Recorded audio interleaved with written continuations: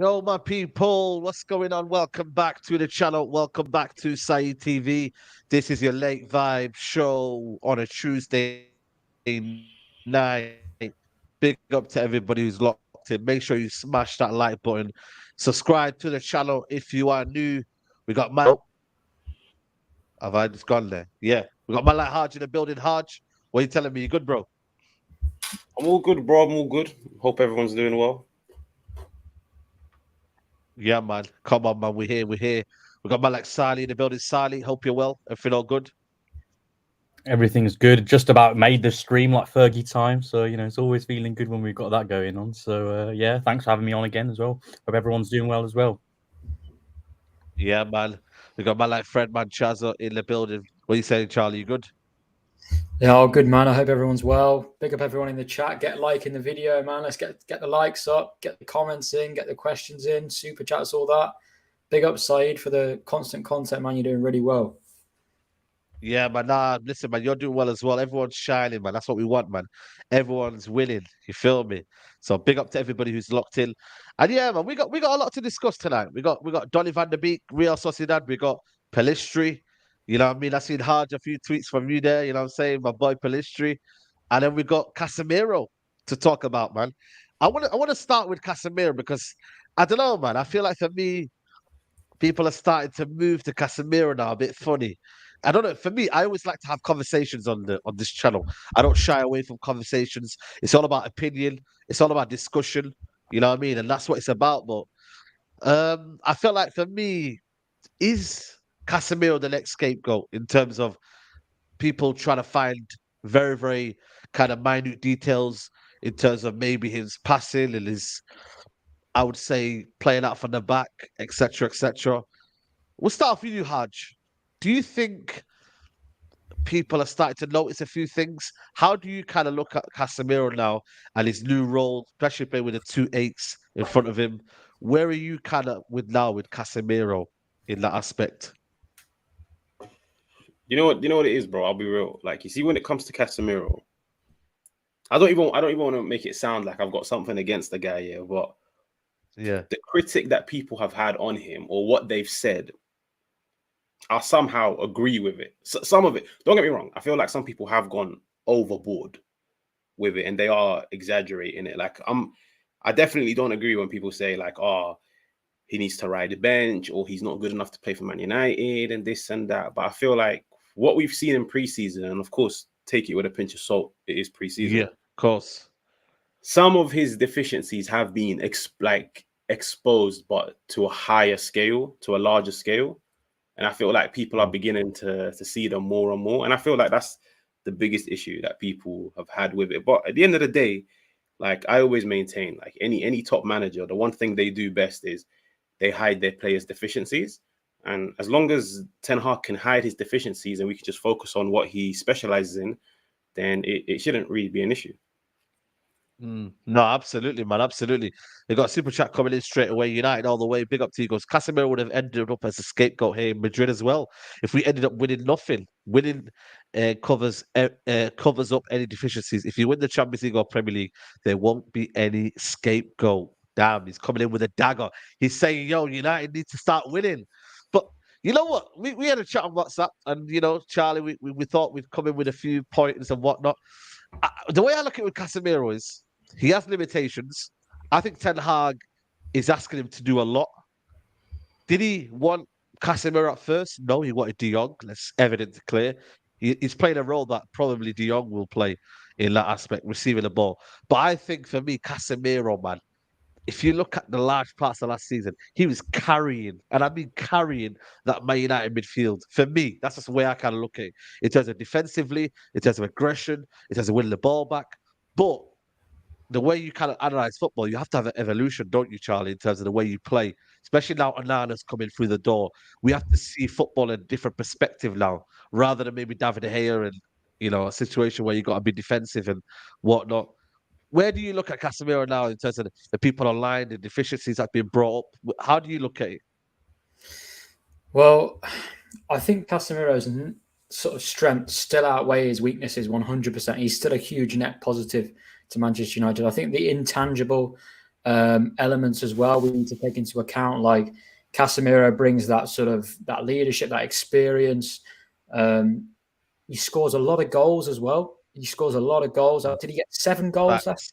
Something about 7 goals. I think he got about 7 goals last season, something like that. He scored in a cup final. He also can score a variety of goals. I mean, he scored that little overhead kick against Bournemouth. I mean, I don't fancy any of our attackers would have scored that, to be honest. I think he's quite a good finisher, to be honest, for a number 6, right? So he also brings much needed goals, which we do struggle with in the team. We have struggled with last season. So, but obviously the obvious things are sort of his positional sense, breaking up play, and actually his passing when he's not under pressure. His passing when he's got a little bit of space in front of him is actually very good. I think the weaknesses arise when you've sort of got like when he's back to goal, when he's on the half turn, he can't manipulate those situations too well, which is absolutely fine, right? He still brings a lot of other great things to the team. And I think Mason Mount, one underrated aspect of Mason Mount's game is how he plays on the half turn, right? I think that's there's actually a few comps going around of Mason Mount doing those sort of things. And we saw in pre-season a couple of examples of Mount doing that. So I don't think Mount's on Frankie de Jong's level in terms of sort of in the deeper areas, but I think we can use Mason Mount a little bit deeper when we need. But yeah, Casemiro is still a great player for us. I do think that with Onana coming in, I mean, half of me says when Onana comes in, you add an extra man to your build-up, so you don't need to rely on Casemiro as much. But then you could also look at it as, because we've got Onana, if you watch how teams sort of presses this season, right? What's going to happen is teams are not going to press Onana. They're just not going to press him too much because they know he's going to get around you. So what teams might do, they might look at Varane and Casemiro, who are the two, in terms, if we're looking at our build-up, Wan-Bissaka possibly as well. They will look at any slightly weaker players in build-up, and then they will press those instead. So we could see a slight issue where, because we've brought Onana in, the other players are under a little bit more pressure. And that's sort of Eric Ten Hag's sort of task. He's got to try and find a way around that. But still, Casemiro, he still brings a lot of quality. But there are a few, like Haj says, I'm not going to ignore the issues, but every player's got weaknesses. And I agree with Haj 100%. The best managers sort of mask those weaknesses. Yeah, no, absolutely. The key question was the key point you put was there was press triggers in terms of the players that you kind of mentioned, and this is where one of the things I said about Varane is that I think he is a press trigger. I think for me, he kind of be a bit awkward in terms of not playing out from the back, but the way he's positioning is in terms of the way he kind of the passing range. I think he can't sometimes. I don't know, play that ball inside or something like that. You know, I think sometimes it can be a bit awkward for Varane, but he has got that long range passing that is very, very much underrated from him. But Sally, I'll come up to you in terms of the question about Casemiro. A lot of people are probably watching the show tonight thinking, hold on a minute, why are we doing this conversation? But I do think, though, with the way Man United will play, and then watching Casemiro last season, there was a few deficiencies in his game.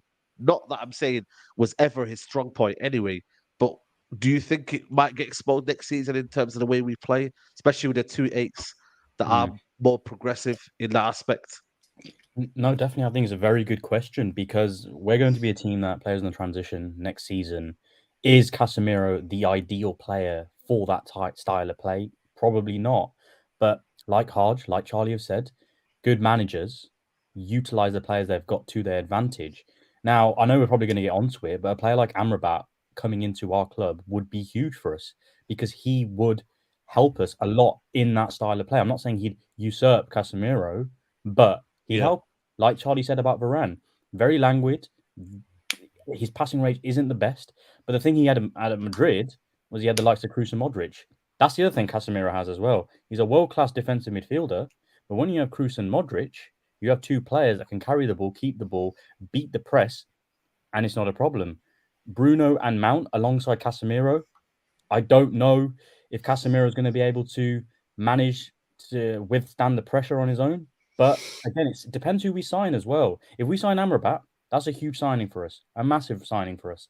Will we get him in before the season starts? It remains to be seen. But if we get him, Saeed, then I think all this talk about Casemiro might calm down. Because the thing is, like everyone said, and even the chat will probably allude to it as well, world-class defensive midfielder. What he done for us was huge last season, especially. If he shows even an ounce of that, we'll be fine. But the pressure is going to come when we go to those big games, especially away from home. We're in the Champions League as well this season. Can he withstand that pressure? That's going to be the question. Let me ask you a question, Haj, in terms of the balance. Do you reckon Ten Hag's got a plan in there? Do you think, obviously, we should get Amrabat, but do you reckon Ten Hag's got a plan for that midfield in terms of the way it kind of has that balance? Like, because a lot of people could be saying to themselves, you know what, they're not really feeling Mount, they're not really feeling Bruno and Mount together. They think it's a disaster waiting to happen. Like, do you think the manager's got a plan to help, kind of Casemiro's quality shine rather than getting exposed in a sense of, you know what I mean? Like, do you reckon he's got a plan in that aspect? Do you feel that? I think he's definitely got a plan. Like, I think first and foremost, it's going to take a while for that whole new midfield to adapt to one another, because you have to bear in mind, like, last year they were all playing in a different way amongst different bodies, being asked different things. So I feel like that might take a while.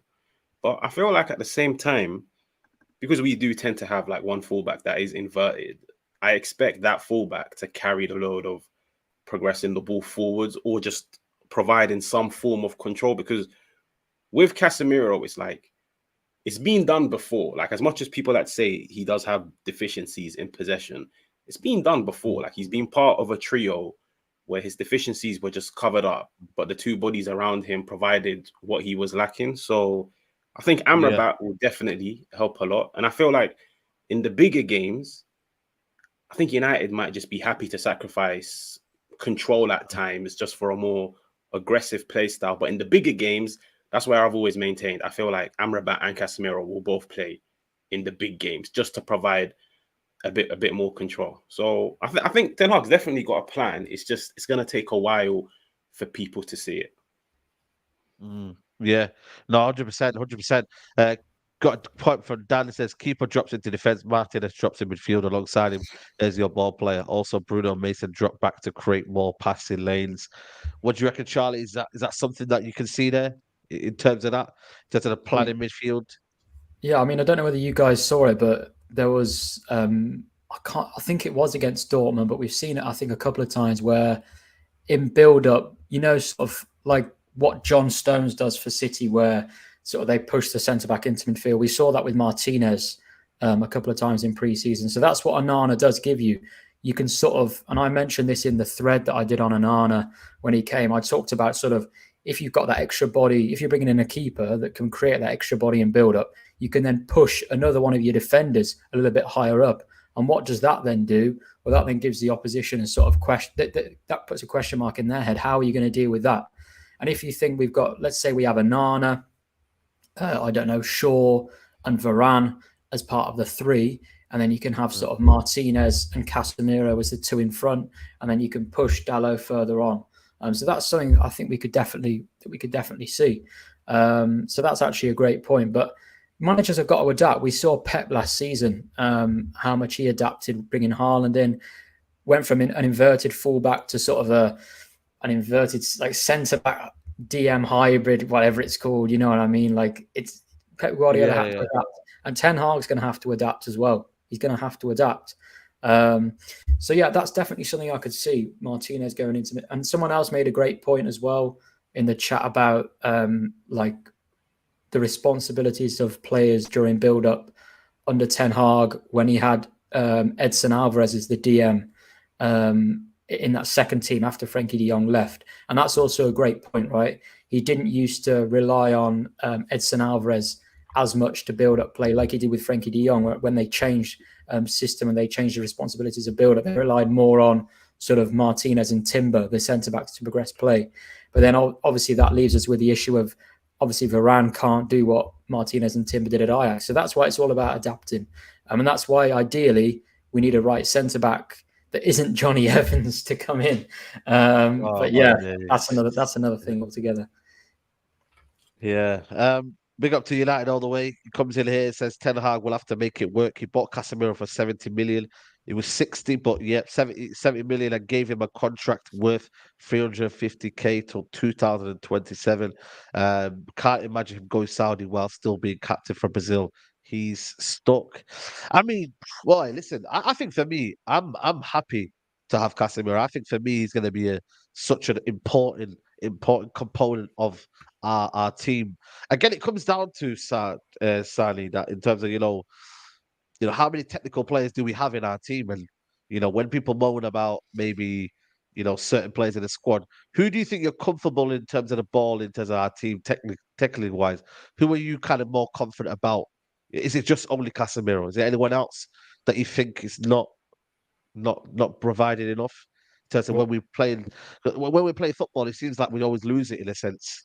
well, there's one player that got a mention this week. I think he's been doing the rounds, I think, on social media, and his name's Marcus Rashford.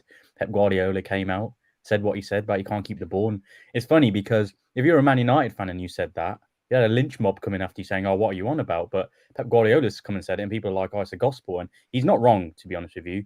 Rashford, I don't think someone that can keep the ball a lot. Ironically, Antony is one that can, because of his dribbling abilities. But even then, when you see him at Old Trafford, sometimes that's sometimes questionable. Yeah. Sancho, you'd ought to think has that ability to keep the ball, but this season's make or break really for him. Bruno, I don't think he can keep the ball. Mount, I don't know. Like Charlie said, he's very good on the half turn, but whether he's able to keep the ball well is another question. Martinez goes without saying. Varane, no. Yeah. Van Bissaka, no. Onana, yes. Shaw, I'm not really convinced. So there's a lot of players where I'm like, I don't know about that. And if you're playing the way we want to play, and like Charlie mentioned, a right centre back would have been key, then some uncomfortable conversations are going to be had about the way we actually want to play. Hence why this season is going to be another transition season for us playing football going forward. Mm. Do you agree with that, Hodge? Is that something that is it? I don't know. It's mad though. You think about it, like, got to have the technical ballers, man. The ballers are dying, man. You know what I mean? We always say about the Neymars and that they're not in the world. They're going away, man. You know what I mean? The ballers are going, man. What's going on, man? It's crazy. Do you know what it is? It's like, I feel like first and foremost, it's like there was a huge misconception when it came to like Ten Hag. Like everybody thought they were going to get a certain Yeah. thing, and then a year later you got the complete opposite. And I feel like people haven't been the happiest with it. But in terms of the technical players, like, I'll be real, I don't want to make it sound like I've got something against technical players, but it's like we always bang on about these technical players that we have in our team, and we say, oh, like they specialize in retaining the ball and this and that. Some of them we've been watching for the past 2 to 3 years, and they can't retain the ball. So it's like, just because they're fancy on the eye doesn't mean they deserve to start. But I've always said, Well, like, name names.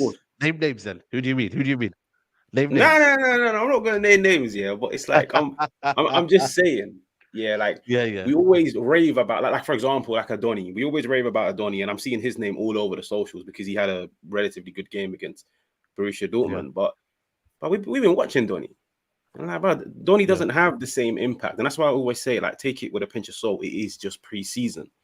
But I think with this team, of course, nobody's happy because of the fact that we're willing to surrender control of games. But as long as your press is on point, you can still control the game out of possession. And I've always said that's why I feel like the team that Ten Hag is trying to build, because there were periods last year where we didn't have the ball. The opposition had the ball, but I, as a fan, I still felt like we were in control of the game, because I was like, sweet, as long as you have the ball and you're not doing anything with it and you can't break us down because of how compact we are and how solid our press is, then at the end of the day, you're not really doing anything. You're no harm. So that's the way I look at it, to be fair. Yeah, it's again, you know what it is though with Ten Hag ball. Yeah, the only frustration I have with it is the fact that I feel like the players don't take pride in just keeping the ball. I think you can keep the ball for the keep's sake. You know what I mean? Sometimes that's not good to play that tick-attack role, but I always think there's not an element of control in the Ten Hag team sometimes, and I just want us sometimes to have that control in terms of, you know what, not just always on the back foot, not always looking to kind of hit teams on a counter attack. If that is his style, listen, I'm fully on board with it.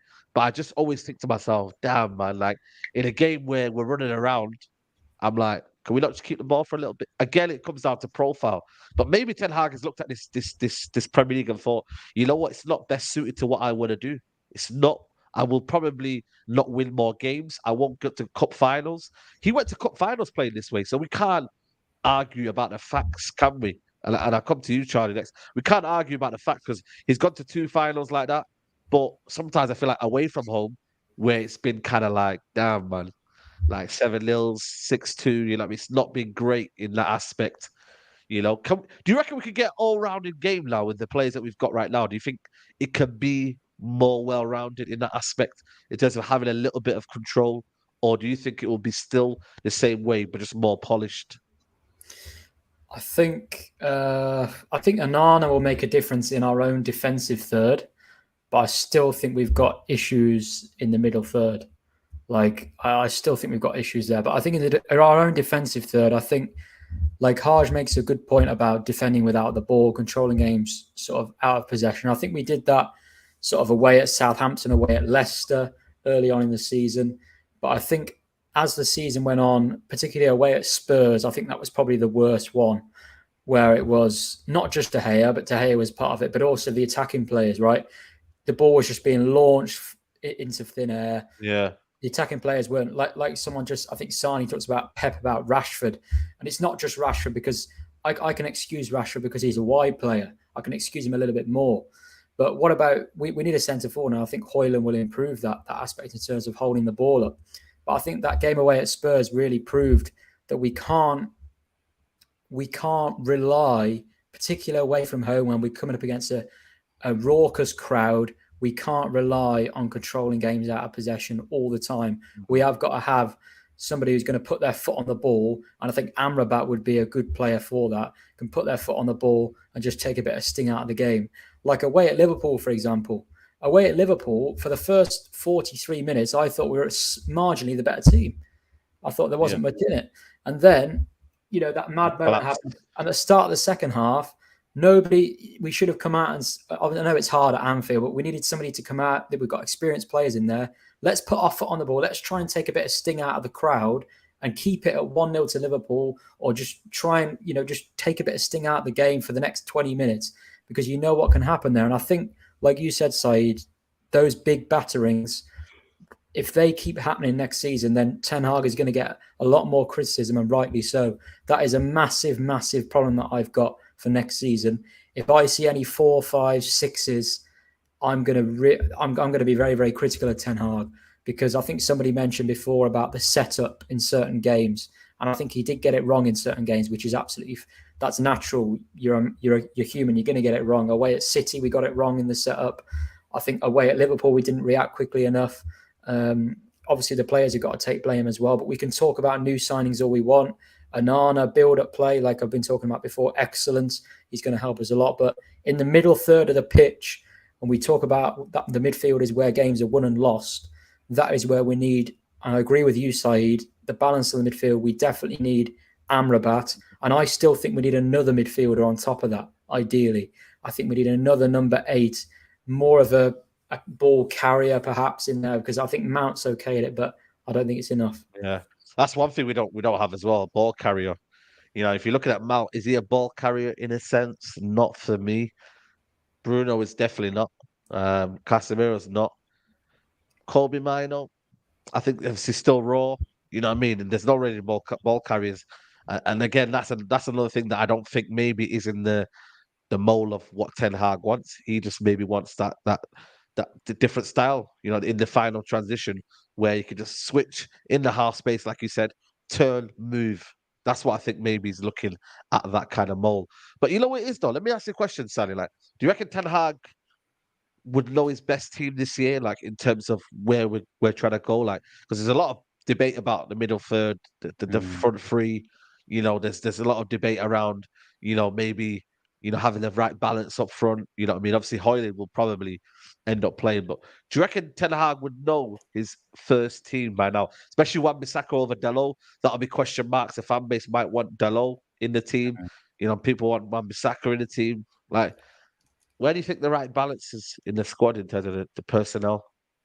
It's a good question. I mean, if you look at let's say keeper and defense, I think that's pretty much sorted. I think we know what those 5 positions and who's going to be playing them. Then obviously, like you said, midfield and attack. Let's start with attack, for example. We all know Antony is Eric Ten Hag's guy. He signed him, but he's got a big season coming up. I'm not going to say, if he does all 4, they're going to get rid of him. But last season, I didn't see a lot. Obviously, he helps us because he has the width, and that's really important for the way Ten Hag wants to play. But giving width and not anything else in the game, that's not really going to cut it for him, to be honest with you.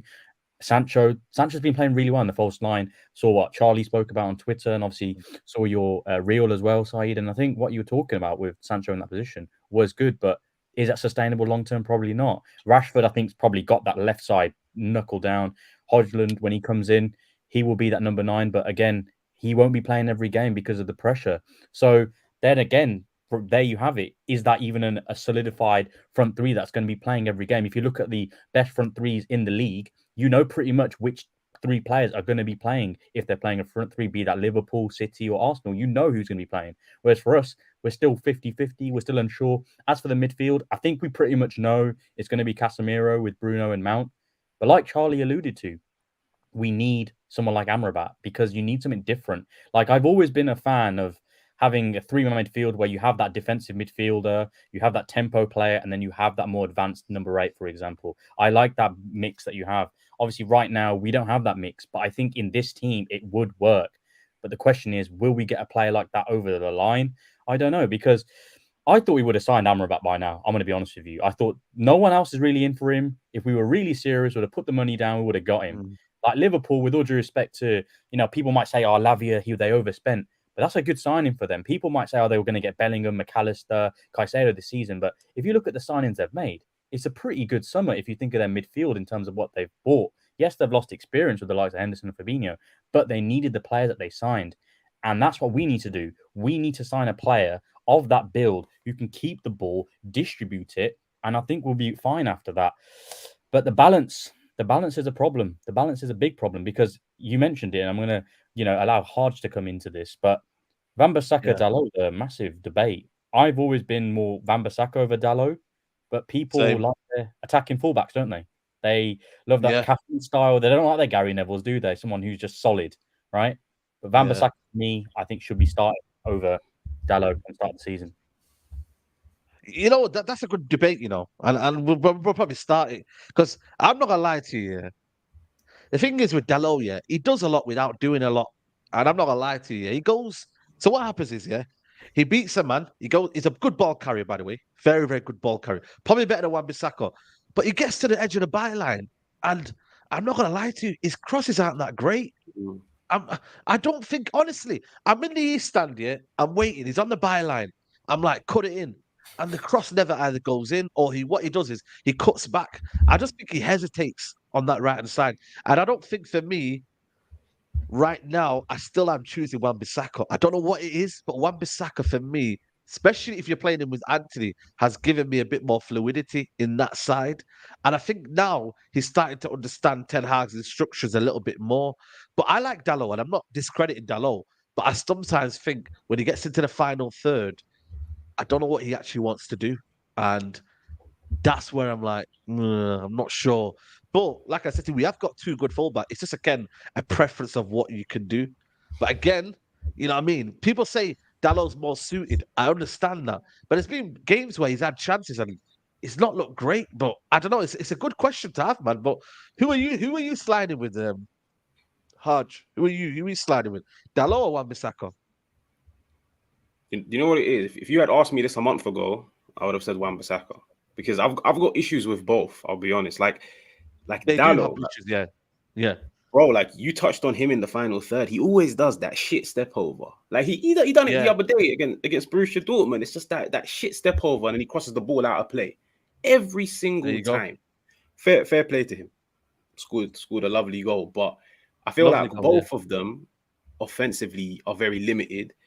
But the only reason why sometimes I favor Dalot is that technical security, especially when we're playing out from the back. It's so beneficial at times. Like, he's smooth on the ball, he's very progressive, but it's reached a stage now where I'm like, all right, sweet, you're helping me out in phase one. What are you giving me in the final third? You're not really giving me much. Wan-Bissaka, as much as Wan-Bissaka doesn't really attempt a cross or try to get involved, like, we all saw why he doesn't get involved. Homeboy skied the ball out of the stadium the other day when he had a shot.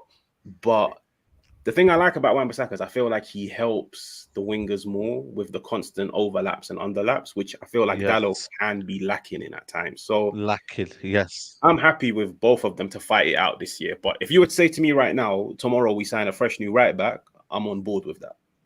Oi, Mazraoui. Are you feeling that? Mazraoui from Ajax? I'm sorry, Yeah, Bayern he's Munich. nice. You know, there's sorry? As in, he's good. Like, I was surprised United didn't go in for him because it seems like he's out of favor at Bayern Munich. Yeah. But I think that's why Ten Hag all wanted Frimpong. But I feel like he felt like the P's weren't there. So it was a matter of priorities. And I think he felt like we can ride one more season with a right back. Yeah. Yeah. Big up to everybody still watching. There's 700 people in the building. Make sure you're liking the video, people. Right now, everybody hit the like button. Come on, let's support the channel. But you know, Charlie, it's one of them debates where I feel like it's good to the point where it's like, yo, listen, none of these are good enough. Just go get a new right back. Like, maybe it has gone to that situation. Why do we always have to keep constantly saying who's better, Antony or Sancho? You probably end up getting another right winger. Who's better, Wan-Bissaka or Dalot? They don't really convince. Nobody really convinces. And you know what? I'm going to say Shaw, in a sense, for me, has been better than Malacia. But is that really the barometer of a good left back? Just because you're better than Wan-Bissaka? And again, people will say, give him credit, he had a good year. But over the course of the 8 years, you could have argued that Shaw could have been sold in them 8 years. And nobody would have bat an eyelid. Nobody, because it's been inconsistent for 8 years. You could say the same thing about the right hand side in terms of Wan-Bissaka and Dalot. Nobody has given a consistent run of performance saying, bam, you are certified right back.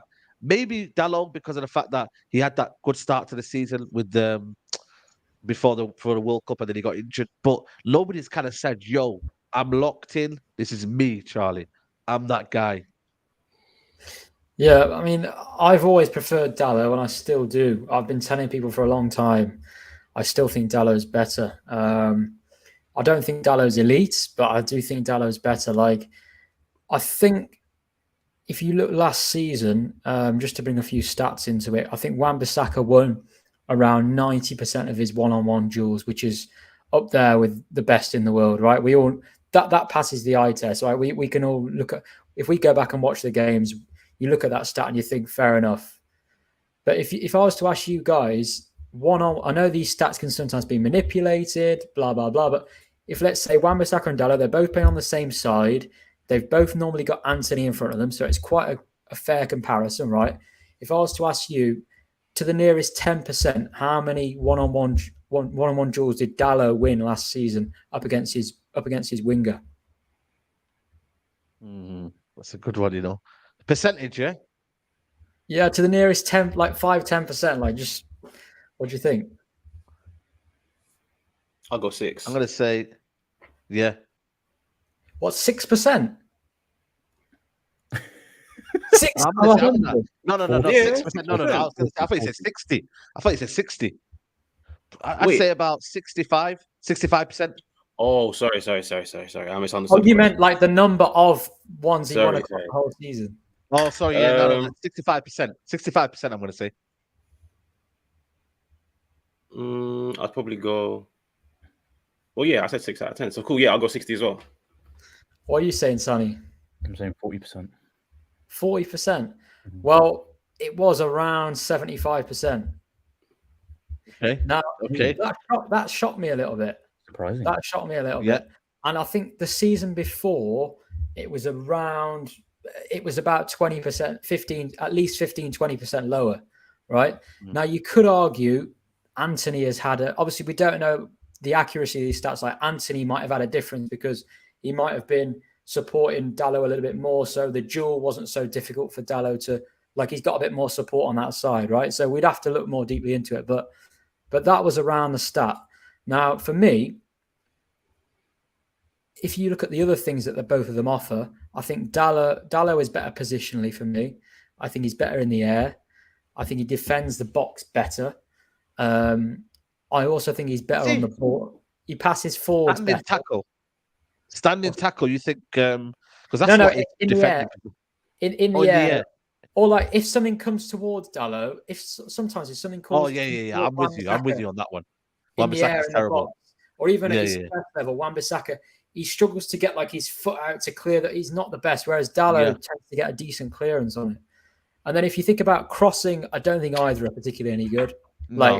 Ball striking, Dallo is obviously better. But to be honest with you, I think Wan-Bissaka dribbles out of situations better, but Dallo's a better carrier. But to be honest with you, I don't think there's a huge difference between them defensively. I think overall, there's virtually nothing between them when you count all the defensive aspects, because some people just focus on the one-on-one duels.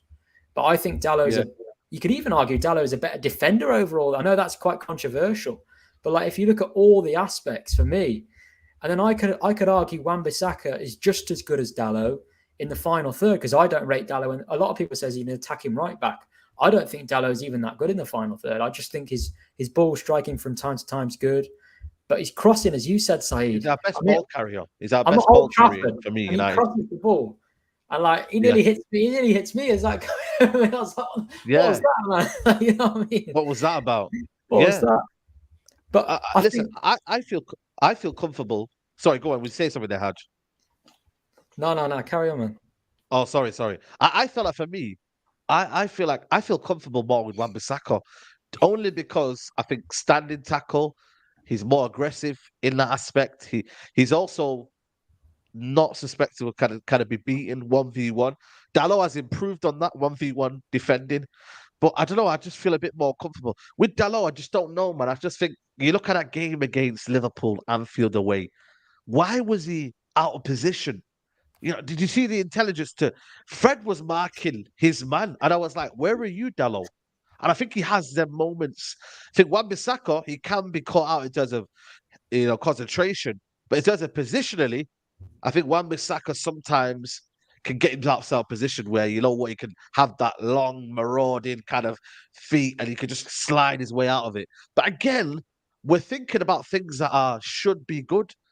Overall, Kyle Walker has kind of good outstanding attributes, but I don't know, man. It's just one of them. It's Ten Hag.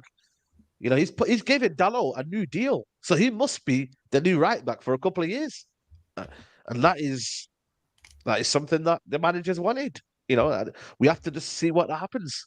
But you know what, Saeed? I think Carlo Ancelotti and Jose Mourinho have talked very, very highly about Dallo. Now, I'm not saying they're going to be right, but I think we can all agree there is. I think what is he? 24, Dallo? Yeah, 24. Yeah, 24. I think Wan-Bissaka's about 25 in December. I think same, is he? Yeah.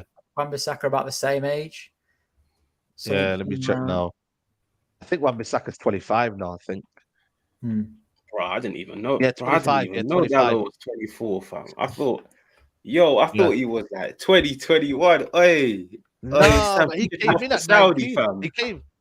Nah, bro. Like, I thought he was like 2021, like a young man. 24 years of age. You're a grown man, fam. You might as well go on Nasser, bro. Bring me a new right back. That's it. Wow, you should have never told me his age. You should have never told me. I shouldn't have mentioned that, man. I shouldn't have mentioned. No, he came in 2019. Jose Mourinho signed him at the age of 19, and obviously it's been 4 or 5 years later. So, yeah, man, this is serious, bro. He's not a young buck. And Wan-Bissaka's 25. He's 26 in November. So listen. We got experienced right backs, man. You know, it's not about not experience anymore. It's about performing, man. You got to perform, man. You know what I'm saying? So, end of the day, you know what I mean? I think for me, the fullbacks area, I'm willing to wait till next season. For me, I'm not willing to stress over it this season. Next season, though, we can have that conversation after seeing these guys another year under Ten Hag. If they are still not doing the principles, and we're talking about, oh, well, that player there doesn't give me anything, but that player there has deficiencies. No. if we don't have certified fullbacks next season, we must find possible solutions because that's what big teams do. And I want to be challenging for the league next year. I don't know about you guys here, but next season, I'm not talking about this season, but next season, I want to be challenging for the Premier League. Not this season, the next season. I don't want to be hearing excuses. There's a third year of Ten Hag now. We need to be challenging, and if that means you build up every single position, you build up every position. You got to, man. Can't be playing around anymore. You know. Big up, Big Ben says here. Big Shaq says. Big Shaq sorry says AWB and Casemiro can't be on the pitch at the same time. The right hand side is deaf. It's not a coincidence. We look good when Kobe occupied the right hand side via Arsenal. You know what? That's a good point. You know, there's a reason why maybe Kobe Mino did occupy that right hand side, man, because maybe he felt there was deficiencies in that area. I did talk about it. That right hand side could make or break our season in terms of whether we have fluidity in that area. And it kind of leads on to the question of up front, Sani. What are you saying up front? Pellistri, first of all. Let's talk about Pellistri. Yeah? The manager, there's some sources coming out today that the manager wants to loan him out possibly to Utrecht or Boca Juniors, which is a bit of a random one. There was some rumours coming out today of that. Pellistri, would you loan him out? Or do you think he has a place in his squad? Like, be honest, like, do you think he deserves a loan? Or do you think he can have an impact in this team just the way he does things that maybe others don't give you? I like Pellistri, but there's always a but, isn't there? There's always a caveat. There's always, man. I think he warrants a loan. The reason why I think that is you got players like Antony, Sancho, right? This isn't Pellistri's fault, but when you spend a lot of money on those sort of players, they need to perform for you. Otherwise, you're going to be thinking after this season when they're probably going to be sold if they don't perform. Especially Sancho, if he doesn't perform this season, he's gone, right? So you're going to have to give him a chance. Antony, I said it before, he's Ten Hag's guy. I'm not his biggest fan, Antony, to be honest with you, but he's Ten Hag's guy. There's a reason why Ten Hag signed him, so he's going to be given a chance. On the left, you got Rashford, and then you've got Garnacho, right? I don't see how Pellistri, maybe the cup games he comes in, has an opportunity and he plays. But I just think right now, give him a loan, let him come back and go from there. Because also, we've got Diallo. Obviously, I know he got injured in preseason, all that sort of stuff as well. But that's another player that we actually recall from loan. He can play on the wing as well. So looking at it, and then obviously you got Martial as well, who if we really wanted to, we can always play him on the wing as well. So looking at it, fine, Pellistri might do something. But realistically, I think this season, I don't think, given the players that we've got, that he was going to have as big of an impact and opportunity, which is a shame because there was some signs of promise, I think, last season when he came in, around the minute mark, he'd come in a lot of the games, especially the Europa League. He'd always have some sort of impact. But I just think where Garnacho is compared to where Pellistri is in their development, Garnacho had to be in the squad this season, whereas Pellistri, it's 50-50. So I'm happy he's gone out on loan because hopefully that aids his development, comes back next season. And then I think we'll have a question answered as to does Sancho stay or does Antony stay? And then from there, I think Pellistri will come into the squad a lot more. Here's my take on Pellistri versus Garnacho. I think Pellistri's probably got an all-round polished game than Garnacho, but I think Garnacho's got the X factor. And this is the difference between Garnacho and Pellistri. Pellistri, when I look at him, has the fundamentals in terms of, I think, dribbling-wise, I think close control, I think understanding the game, I think crossing as well. His crossing into the box, for me, is so direct, and I just love that about him. Like, he gets on the turn, bang, cross comes in. How many times did we see it in the Carabao Cup where the cross came in straight away, bang, there was a threat on that side. I think what Garnacho has, and this is what's made him so good and so popular, is that for me, he has the X factor. When he comes on, he makes an impact, and that you can't teach that. You can't not teach that. But yo, man, I see you hard on the Pellistri high. Sorry to interrupt. There were so many times last season where we were at Old Trafford, and it'd be Sancho a lot of the time. He'd obviously come on for, and the crowd would always be buzzing with anticipation as soon as you saw Garnacho warming up, going up to where the fourth official was, because there was so much hype and expectation that this kid's going to produce. So you're right. And the shame, the thing that's funny is this season, it can't really be Sancho Antony that he's subbing out for. It'll probably be This Rashford. But comment the thing here, is, that's wild, man. I'm that is sorry, I crazy. got you. You can't. This You can't comment put. says wild, man. Can't We put him bought it out for a lot. 90 million, Ramo. What do you mean loan? That's wild, man.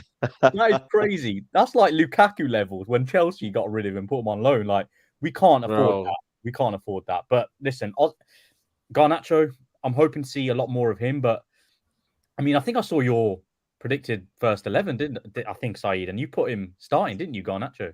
Which I Yeah, don't think the that's the I reason don't think why, that's because I had to obviously they said the players that are there, and Yeah. obviously I was thinking of, and also at Wolves at home, I think we Mm, could win that game with Garnacho on the pitch, and mm, it'd be more easier. But still, to be honest with you, if Hojlund, like I said, comes through, Rashford's back on the left and the Hojlund's through the middle. yeah. I don't care what anybody says. I'm putting him straight in there. You know what I mean? But you know what it is though, and I asked you the question, Harj, is that the other players need to step up in it. And Pellistri, I see you obviously on the Pellistri hive now. You know what I mean? Like, what do you think? Like, you rate him? What do you think he could give us? And does he deserve a loan? Does he deserve to stay?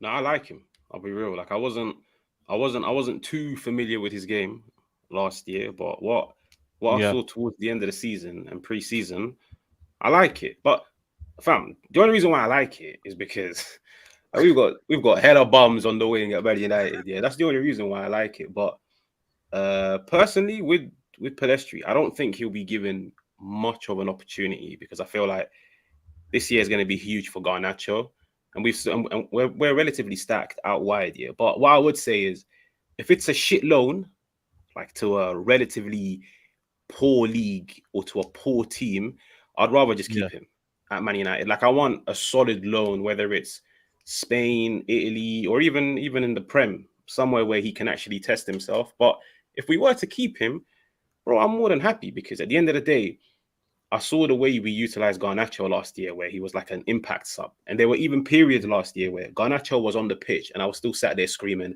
I need another impact sub because Garnacho is on the pitch, yeah. but he can't carry the load by himself. I look at the bench, I'm seeing hella duds. So if we've got Pellistri, at least in some games, I might be like, you know what? At least now we've got two very direct, very fearless wingers that will just pick up the ball and take on their man.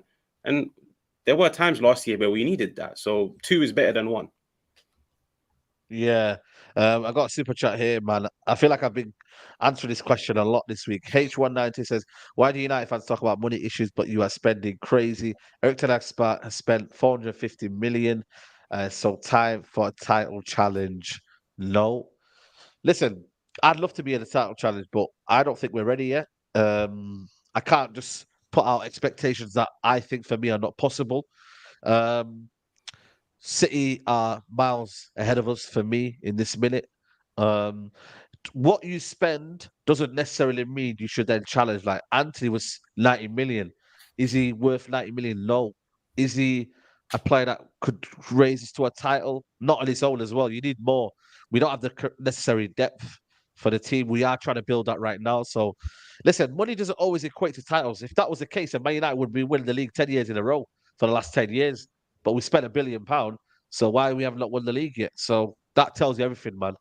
It is what it is, people. But you know what? Like, I, I think for me, I still don't buy into this Sancho situation of Eric Ten Hag saying that his confidence is up and whatnot. I think he'll still be the guy that doesn't kind of make the cut.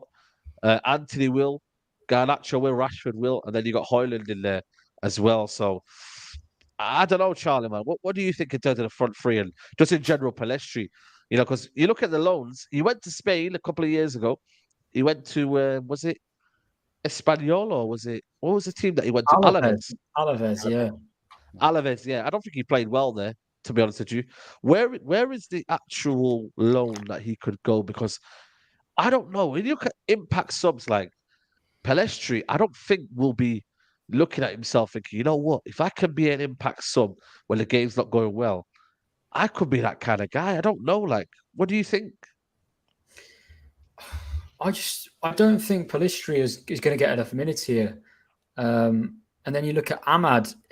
I'm not sure what's going to happen to Ahmad because that injury, was he performing incredibly well in pre-season anyway? No. He was showing glimpses here and there, which we expect from a player so young. And then obviously he got injured, which is a massive blow. I think losing Ahmad and Mino to injuries is a huge blow for us in pre-season. I don't know how serious the Ahmad one is. I don't think it's too bad, but it's still a big blow. But I think both players, I think we've got to make decisions. I don't think we can keep both of them. So I personally see more potential in Ahmad, raw potential. So I'd probably loan out Pellistri. Where to? I'm not sure, Saeed. Like, who would have called Ahmad to Sunderland before it happened? Like, none of us would have sat down and said, oh, Sunderland's a good place for him to go. Like, none of us would have said that. So I think these things just come out of the blue. I just want a manager to take care of Pellistri, use his strengths. That's what Tony Mowbray did at Sunderland, right? He did a magnificent job with Ahmad, like magnificent job when he came into the club, and Ahmad was brilliant there. But we just need to find a manager who can get the most out of Pellistri, and I trust Ten Hag to try and find that best move for him. But like you said, I think he might have even got a half assist or put a cross in that Weghorst even got a goal. I think it was against Betis. I think even Weghorst benefited from Pellistri's crossing, which is quite ironic. But yeah, Pellistri getting to the byline, putting a ball into the box. He's probably our only winger who can actually get to the byline and put a cross in like that. You know, Antony's not going to do it. Sancho's not going to do it. Rashford very, very rarely does it. Obviously, if he's playing on the left, he more often cuts in onto his right foot. So really, Pellistri has got something unique, like people have been saying, but I just don't see him getting enough football. And is Pellistri already, what is he, 21? Is he 21 now? 21. He's 21, you know, he's 21. And maybe he's 22. I don't know when his birthday is, but maybe he's 22 quite soon. I'm not sure, but yeah, he's at the stage now. He's almost at the stage where a loan is a bit late. Like December. Like we have to loan or keep him. We can't really sell him yet. But if he does go on loan, he's going to have to really tear it up. And if he wants to come back and play for United, because he's obviously he's 22, coming up 22 soon. And how much more is he really going to develop? I'm not really sure, but he definitely has talent side. But I just can't see him getting enough minutes, particularly because Antony is Ten Hag's signing, particularly because Rashford will play more or less every game. And on top of that, from what I've seen of Sancho in pre-season, Ten Hag has talked very, very well. I know Ten Hag talks about people in public and it's not the same as what he thinks in private, but you can see that Ten Hag is very impressed with Sancho. So, to be honest, I just don't see a place for Pellistri for what's best for him. I don't think he's going to get enough game time if he stays. Yeah, listen, again, like I said to you, the ones that are there need to do a lot, man, next season, because the goals need to be spread out. That's the thing, isn't it? You know what I mean? The goals need to be spread out. And that's why, for me, I'm just like, next season, Hojlund will score a certain amount of goals, but how will the rest? Because Martial was probably, I think, third or fourth highest goal scorer, and he was out injured for a while. That can't happen, innit? And Antony needs to step up. There's obviously a lot of pressure on Antony. You know, there's a lot of kind of, I don't know, but there's a lot of expectation, Sani, in terms of Antony. Do you reckon he's got the minerals to kind of get there and do it? Like, do you see the side to him that he could do it? Do you still think that you're still unsure? How do you feel about Antony? I've kind of been not Antony out from the start, but I was never his biggest fan when we signed him. Speak on it. Go on, bro. The stage is yours. Go on. Speak on it. Okay. I was never his biggest fan when we signed him. It wasn't even the money. Like, fine, we spent what we spent on him, but realistically, did we need a player of his?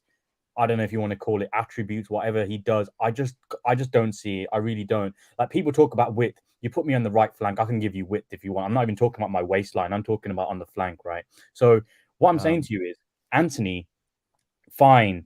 He has a left foot. He's Brazilian. He does all these skills. You want end product. You want to see something. The amount of times last season, I just didn't see anything from him where I thought, right, there's something in here. There's something of a player. Like, fine, he got the odd goal here and there, got that goal against Barcelona, etc. But I just don't see how this guy is going to improve our team. Listen, I'd love to be proven wrong. This season, if he's wrong, then fair enough. Sorry, if he proves me wrong, then fair enough. But I just think that guy, he don't have the minerals. Whether he needs to take some Evian water, Buxton, whatever we drink in this country, Highland, the minerals he needs, I just don't think he's getting it in the water. Tap water, nothing. It don't work with Antony. I just think this season is going to be showing up again why he wasn't the right signing for Manchester United.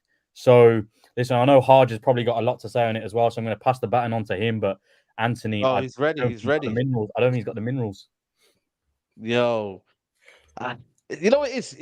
Big up to you, my guy. Bro, which skills he can't take on his effing fullbacks. I rest my case, bro. You know what it is for me, though. He works in the system, man, and that's what I'm banking on, man. I know it's hard. I know it's difficult to take in. He hasn't got an X factor, hard, but the balance in it, man. The guy gives United the balance. That's all I've got right now, and also the physicality in terms of maybe him being able to kind of get up and get going again and showing that he's got a fight and that. Like, I'm showing the bare basics here, but that's all I've got right now. You know what I mean? In terms of Antony, we need to see more. It's do you know what it is, bro? It's like last year everybody tried to justify it because I've been onto this guy from no word of a lie. When I saw that debut, 20 alarm bells were going on in my head, but I was like, you know what? He scored. I don't want to come across too negative. I was like, yo, I know a dud when I see one. So he's just had a poor season, and I've always maintained, like, people always get onto me and try to say, like, oh, he got the GA and this and that. I've never ever once critiqued his GA. I've always critiqued his performance, and I just feel like his overall game just lacks diversity. Like, there's just nothing to it. Like, he doesn't go down the outside. Sweet, when you do cut inside, it's always smash the ball out of play. Like, 1 in 20 attempts will go in and everybody gets excited. But it's just the lack of diversity. And I'll be real, like, with me, I've made peace with him. I made peace with him months ago. Defensive winger, that's all we're getting out of him. So when he gets the ball, I just know we're not getting anything out of him. And I'm not even trying to be too negative. Like, I've watched him closely for an entire year. I just want to quickly say something just to add on to Hard as well. And he makes a good point about the diversity. But let's say he's not diverse, even though the panel we've got today is very diverse. But nevertheless, when you talk about diversity, right? Iron Robin, everyone knew what he was going to do, right? Cutting on that left peg, do what he does best. But he was so good at it that no one really thought, oh my God, he's very one-dimensional. This guy, Antony, he does the same thing, but he still can't do it all the time, which goes to show that even the one thing he's good at, he ain't consistent with it. So some uncomfortable conversations are going to be had with that guy, Antony, I'm telling you now, but let's leave it off him for now. Yeah, listen, I think for me, I mean, we'll see what he's about, but maybe the fundamentals that people are missing in it. That's what I think a lot of people are missing about him. The fact that he can't take people 1v1, the fact that he is so frustrating. And you know what's for me as well? He destroys attacks sometimes, man. He Charles, I don't know if you know the way that Man United play, but he has got that turn of pace and that burst of pace. But when he gets to the final third, his conviction is just not there, is it? Like, you can't teach that, though, can you, Charlie? You either have it or you don't. You're either effective or you're not. Yeah, I'm not going to lie. If I'm looking for that, if I'm looking at that Wolves game, I honestly wouldn't start Antony in that game if I was the manager. Not just based on last season, but I think Hojlund, if he's ready, has to play. Rashford is good. Although I will say Rashford's been quite poor in pre-season. I will say that. He has been poor. I think Marcus Rashford is still. I still think he offers more than Antony does. So I'd play Rashford, I'd play Hojlund, and I'd play Sancho in that first game, based on what I'm seeing at the moment. Now, with Antony, I actually agree with what everybody said. I was never fully convinced on Antony, and I said in the summer, why don't we go and get Elise? Why don't we look at Pedro Neto, although he's had a big injury, right? I wanted us to look at other options. And if you look at these other options, how much would Elise have cost you? I don't know, probably like 40 million. Like that. Yeah. And I just think, is this all on Ten Hag? Okay, it's on Ten Hag. He wanted Antony, fair enough, but it's not Ten Hag's fault that we paid what we did, right? That was because of United's negotiation. It's because Ajax had already lost a few key players, so they didn't want to lose another one for a cheaper fee, right? But I don't think Antony is worth more than 35, 40 million quid. Yeah. And that's what I just think he is. I just think he's an okay player at the moment. I don't think he's an awful So why player. did Ten Hag get him then? Let me ask you a question, I Charlie. just think This is I think he wanted familiarity. I just think he wanted familiarity, Saeed. I just think he wanted to bring in people he knew he could trust. He probably wanted to know in his first season that he wasn't going to get, like, if you're going into Man United, right? And Ten Hag would have looked at what happened to previous managers over the years. He would have known what the pressure was like. If you're going into a massive job like that, you're going to want people in with you that you know will fight for you. You know that people are going to fight for you. That's you knew that Martinez, Antony, and also Casemiro were going to do that. And Malacia, obviously, but he's sort of more of a squad player. But we've also got to be critical of Ten Hag. You can't just have fighters. You've also got to have players with real quality. And at the moment, I don't think Antony has shown enough quality. And I think we can be constructive with that criticism. But I'm not going to sell him right now. I'm going to give him, obviously, next season. And we'll see what he does. But as I said, Saeed, I would not start him. My personal preference, I still think Jadon Sancho is a much better footballer, even though he's been poor of late. He's been very good in pre-season. But I just think Sancho is a fantastic player. I just don't think we've seen enough. But it just tells you how I feel about Antony. If I'm going to start Sancho ahead of him, despite the pre-season, I still think I just think Sancho's a better player. Sancho's a better player, but then does he have end product? Does he have the output? Does he have the consistency? You know what the common theme of this podcast is here? Everyone has good attributes, but are they consistent at it? Dalot, is he consistent at it? Wan-Bissaka, are you consistent at it? You know? Antony, are you consistent at it? Like, when I look at other teams, even Arsenal, you know what you're getting. Like, you know what you're getting from Saka and Martinelli. Consistency. Yes, they built it on a style of play that has been coherent and has been consistent, and they know what they're doing. But they still know what they're getting. You know, I don't know what we're getting from our players. This is what I just don't get. And it's kind of mad that we are going into the second season like that. But that's maybe the part of football. You get surprised. The thing is, I can't then put my neck on the line for these players. Like, I can't. You know, I want to see Sancho ball out, but is it going to happen? I don't know. Am I going to see Antony ball out? I don't know. Garnacho, he's still young. Don't need that expectation. Rashford, he should, but do I really, really know he's going to get another 25 goals a season? I don't know, because even him, he's been inconsistent. So you don't know. Even with Liverpool, when you look at it, you know they're going to score goals. Salah, yeah? I've got this crazy belief that I don't think Salah is a great footballer, but you know what? In terms of his output, he's unbelievable. He still scores goals. Every time you doubt Salah, he scores goals. Even in his worst season, apparently, he scored 20-odd goals. Jota, goals. Even Gakpo will score goals. Nunes, who we think is so bad, still scored 15 goals last season. So even if you're having a bad season, please just score goals. You know, even if you're not playing well, shut people up by scoring goals. Because that's what a lot of people have done with Rashford. He scored the goals. I don't think you can put your agenda out there. If he doesn't score goals, that's when everyone starts to go, oh, he's not a good player. You can come out there and say loads of things. So, yeah. Do you know what, Saeed? Adam made a great point last week. Adam talked about the age of our attack. And this is actually a great point. If you look at the attacks that have won, if you look at the teams, but particularly the attacks that have won big honours in recent years, particularly the Premier League, what was the average age of Liverpool's attack when they were at their peak? What was the average age of Manchester City's attack? Obviously, Hojlund has come in and he's a bit of a robot. But if you look at the age of these players, the managers, if you look at Klopp and Pep, they've always had a nice blend between the ages. You know, for example, Pep had, you know, when he had Leroy Sané in the attack, he had Aguero to play with, experienced player. De Bruyne, experienced player. Mahrez, experienced player. Sterling, experienced player. If you look at United's attack, this is why I want another striker who's more established with Hojlund. We could have a front three. Well, we will have a front three. The average age is going to be about 23, isn't it? Because Hojlund's 20. Antony's 22. We need more experience. We need some more experience. As you said, players who can put the ball in the back of net and have got a track record of doing so. And that's what Harry Kane would have brought us. But this is the point side. This is why I think we've got so much inconsistency maybe in our whole squad we've got that many young players, which is okay. That's fine. We can grow them. We can try and sort of get the most out of them. But if you want young players to reach their potential, you also need those more experienced players to help them do so.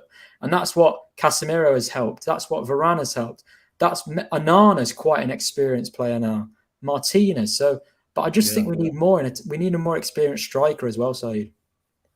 Yeah. And Taremi, I don't know who else is out there. There's not many out there as well. You know what I mean? We had Weghorst and that didn't work out. So, yeah, listen, that attack is young. It is very, very young. Rashford is probably the maturest one. He's 26 this year. So he's one of them where you think is the mature favour. So we'll have to wait and see, man. Donny van der Beek, just in latest news, Donny van der Beek's also going to Borussia Dortmund, so hopefully we can get somebody out of him there. And also Fred, apparently the valuation has gone down to 12 million. That's what it looks like we're going to get for maybe Fred. So let's see, man. Let's see. That's what we can only hope for. It's been a good discussion, people. Like I said, yeah, when we have these shows, like I said, you might think, oh, we're talking rubbish, but these are conversations that you need to kind of have in it, and it's about difference of opinion. So that's why we do these kind of shows, man. You know what I mean? We're not really a fan channel. You know, we don't just kind of garbage like news stories and, you know, and sensational news. We just talk about everyday football matters. And these are kind of one of them, because next year, in a couple of months' time, you'll be all be saying, oh, why didn't you tell me about this, man?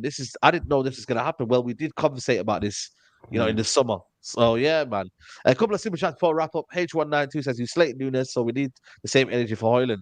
Nunes got 15 goals and he's only a year older. I'm a Liverpool fan, but respect Saeed. He's, I think Nunes is 23, bro. And Hojlund just turned 20. So I think that's a difference there. But listen, you can't prejudge Hojlund until he comes to the Premier League. That's the same thing we did with Nunes. We judged him when he came to the Premier League. Obviously, there was a banter in pre-season, but we haven't even seen Hojlund in pre-season. So let's see what happens. Nunes is better than Hojlund. Liverpool finish above you. And Eric Ten Hag, yeah, I don't know what that is. But yeah, big up to you anyway, man. Yeah, man. Big up to you, man. Listen, it's one of them, man. But yeah, big up to you. Yeah, Jabs is saying here, hard shout, my brother. I don't know if you know him there, but big up to my man there. But Hard, it's been a pleasure, man. Big up to you for coming on, man. No, it's all good, man. I appreciate you bringing me on as always, bro. Yeah, man. Make sure you follow Haj, man. When are you live this week, bro? I got a show tomorrow around 9ish, and then one on Thursday as well. So yeah, I'm back this week. There you go, people, man. So make sure you follow Hard in it, people, man. His channel link in the description. And like I said, man, you know what I mean? He's always live. So big up to the community. Sani, it's been a pleasure, man. Big up to you for coming on, bro. Yeah, appreciate it once again. Thanks for having me on. Can't wait for more content coming from you, Saeed. Keep doing what you're doing. Make sure you smash a like, people, if you haven't already done so. Yeah, big up to you, man. Big up to you. Fred Manchaza, we're waiting for that Fred coming of Hojlund, Rasmus Hojlund. Hopefully, you might get that on Thursday when it's announced. I think it'll be announced on Thursday, Rasmus Hojlund, because he got his medical done today. I doubt they would have done the announcement video on the same day. It's always the next day, because I always see them coming in the next day. Mason Mount did it. He went for his medical, then he went back home, and then he came back to the video shoot. So I reckon Thursday we'll hear about it. But what do you think? Yeah, man. I hope it's I hope it's as soon as possible. You know what I mean? Just try and get Hojlund over the line, fly him in. Is he going to play? Do you think he'll start on Saturday for the game, or? I think so. You know what? I don't know. You know, has he had a pre-season though? I think didn't he refuse to? I don't know whether he refused to turn up or like he refused. I don't know whether Atalanta have gone on a tour. Whether the Italian clubs do that, I'm not sure. Yeah, I'm not sure. But like I said, hopefully he comes in. Whether he comes in Saturday or Sunday, I don't know, man. It's a big ask, but we'll see. We'll see, man. So yeah, man, big up to you. Make sure you follow Haj and the guys, Sani and Charlie. Like I said, tomorrow I'll be back. Man Them Talk. We'll be talking about expectations for the season. What is Man United's expectations for the season? And any latest Man United news as well. So I'll catch you tomorrow, guys. 5 p.m. Man Them Talk. This has been the Late Vibes. We're out.